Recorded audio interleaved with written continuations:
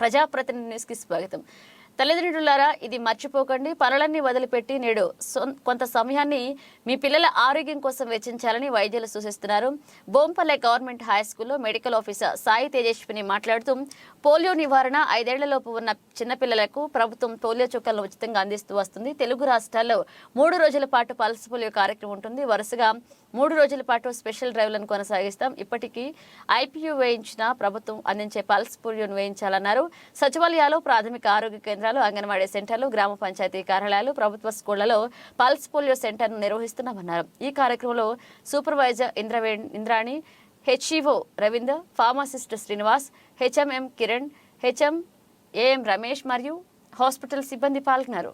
ప్రాథమిక ఆరోగ్య కేంద్రం భూంపల్లి పరిధిలో పల్స్ పోలియో ప్రోగ్రాం 3 రోజులు కండక్ట్ చేయడం జరుగుతుంది. 3, 4 ఇంకా 5వ తారీఖు.